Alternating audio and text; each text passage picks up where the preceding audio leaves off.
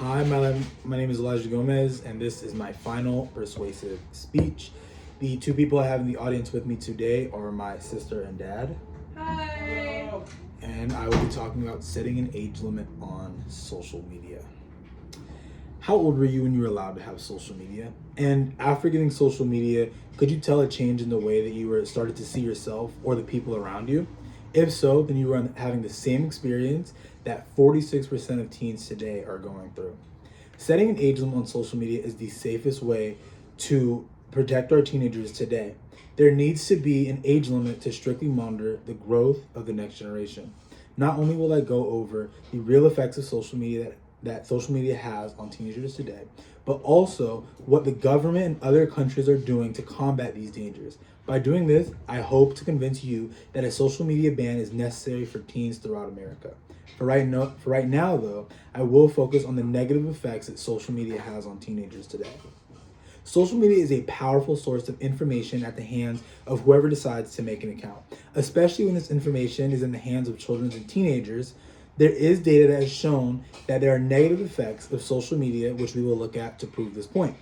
On January 12th, 2022, the Pew Research Center found that when teens are spending more time online, YouTube, with 95% of them using that or other social media sites like TikTok, Instagram, and Snapchat.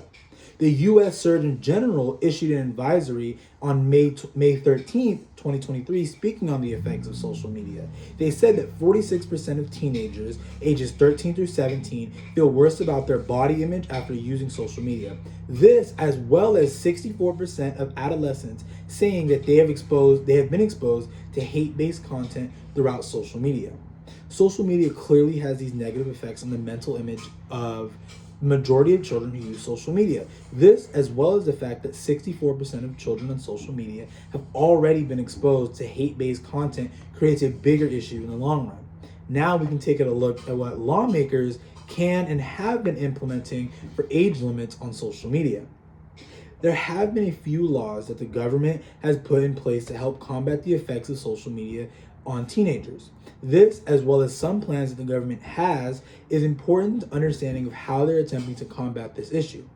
According to the FTC, the Children's Online Protection Rule, or COPA, is an act that was set in place in 1998 that protects children under the age of 13 online.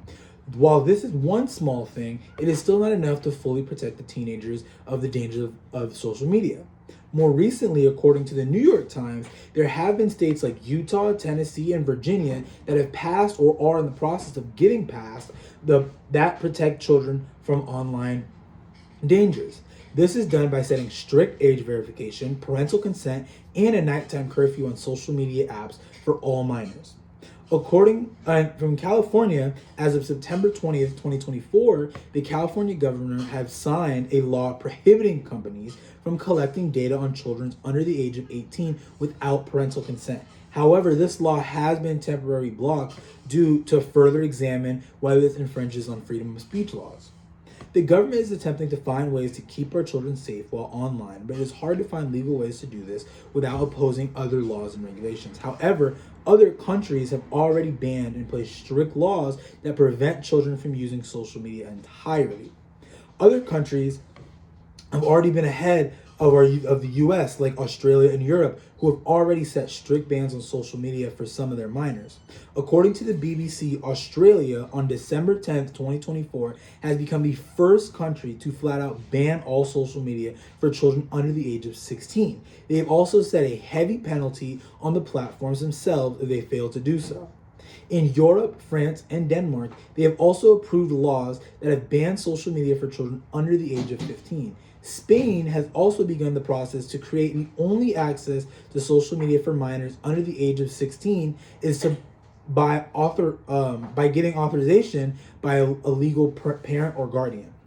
Other countries have already acted based on the known dangers that social media poses to children. For the U.S., we should see this and take actions for ourselves to seek a solution to this issue. Social media possesses many dangers to teenagers just by letting them use the platform themselves. The US is slightly behind the rest of the world, though, as other countries have already fully banned social media for some teenagers. It is important to know the laws and processes that our country is implementing to prevent the effects of social media. Social media is a dangerous platform for the developing minds of teenagers and youth, and there needs to be stricter laws and regulations in place to guard this. These laws and regulations can look like setting an age limit, setting a time limit, or just setting stronger and stricter parental guidelines on these social media apps themselves, as well as penalizing these social media companies that are come and targeting these young teenagers in our world today. Setting guidelines and bans on social media is a very necessary step in protecting the minds of our youth. As we have already seen, other entire countries have already gone through this process and have already seen better improvements and the betterment of their children in their countries. Other countries have already taken social media to the most extreme by fully banning access to the platform themselves for anybody under a certain age. If other long countries have already taken this issue serious, my question that I'm going to leave you with today is why can't our country do the same? Thank you.